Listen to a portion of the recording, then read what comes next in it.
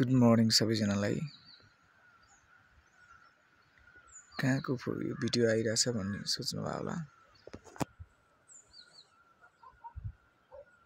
Good morning सबैजनालाई। हेर्नु त कति राम्रो छ दृश्य। यो अन्नपूर्णको टाकुरा अनि उतापट्टिको त सानो चाहिँ माछापुच्छ्री हो यो टाकुरा। तर अहिले हिमालहरू पनि हिउँ पग्लेर होला पहिला जस्तो सेतो चाहिँ नदेखिने। अब यो पुसको महिना हो, पुसमा चाहिँ अब हिउँ पर्नुपर्ने हो नि त खासमा त। पुस महिना यो मङ्सिरको लास्ट पुस भइसक्यो, तर पनि हिउँहरू पहिला जस्तो चाहिँ छैन। अब कालो पत्थर मात्रै देखिने जस्तो छ कि सेतो हिमालहरू देखिन पनि अब पछि चाहिँ गाह्रो नै छ।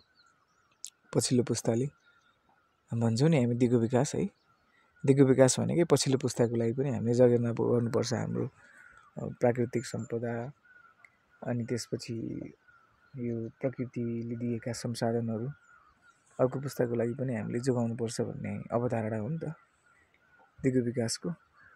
तर अब यो पछिल्लो पुस्ताले हिमालहरू सेतो देख्न पाउलान् कि नपाउलान् भन्नेमा चाहिँ अब हामीले नै शङ्का गर्नुपर्ने अवस्था आइसकेको छ।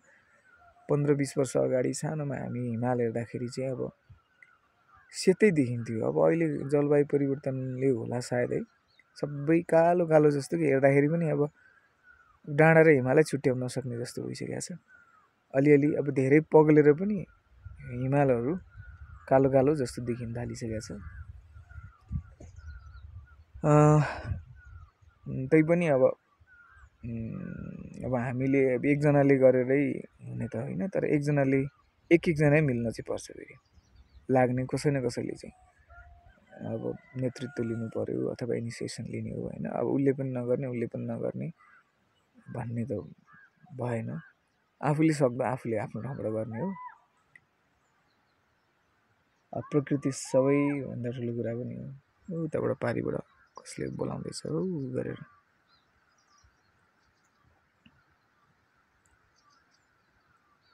लामो भिडियोहरूमा अर्को सानो क्लिप्सहरू हाल्छु।